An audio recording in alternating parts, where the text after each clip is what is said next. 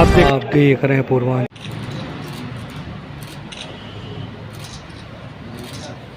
के सम्मानित राष्ट्रीय अध्यक्ष जी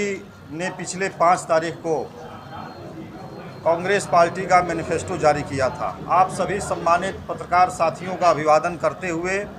उस बात को मैं आपके बीच में रखूंगा। मैं केशव चंद्र यादव, प्रदेश उपाध्यक्ष, प्रदेश कांग्रेस कमेटी उत्तर प्रदेश, साथ में हमारे सम्मानित पूर्व मंत्री और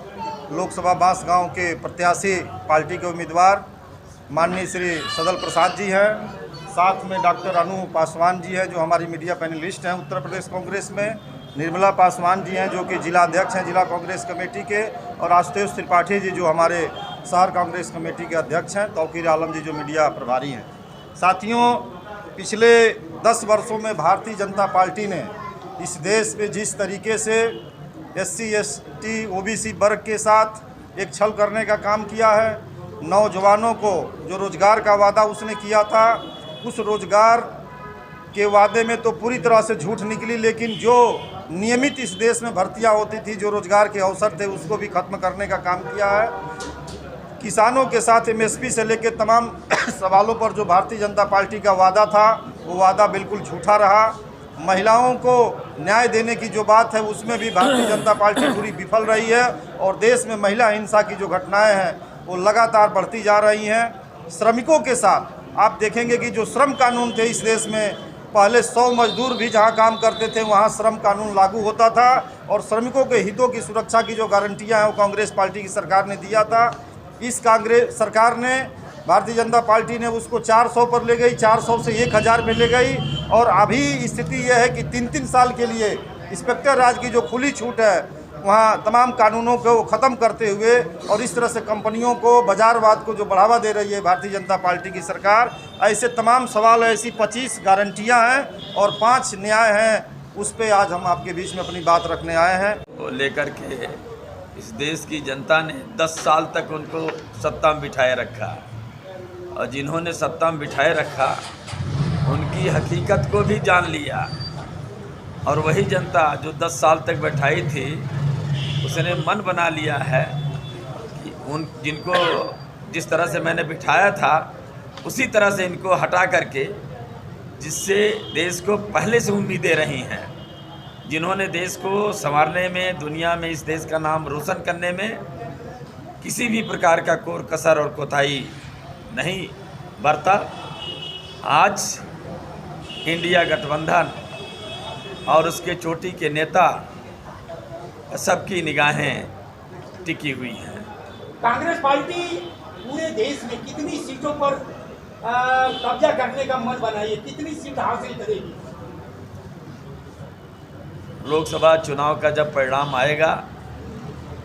तो इंडिया गठबंधन के 27 सहयोगी दल हैं। सबसे बड़ी पार्टी के रूप में कांग्रेस पार्टी पहले भी रही है, और 2024 के परिणाम में भी कांग्रेस पार्टी सबसे बड़े पार्टी के रूप में रहेगी। क्या लग रहा है, स्थानीय मुद्दों को लेकर के चुनाव हो रहा है या राष्ट्रीय मुद्दों को लेकर? जब भी लोकसभा का चुनाव होता है तो राष्ट्रीय मुद्दों को लेकर के चुनाव होता है,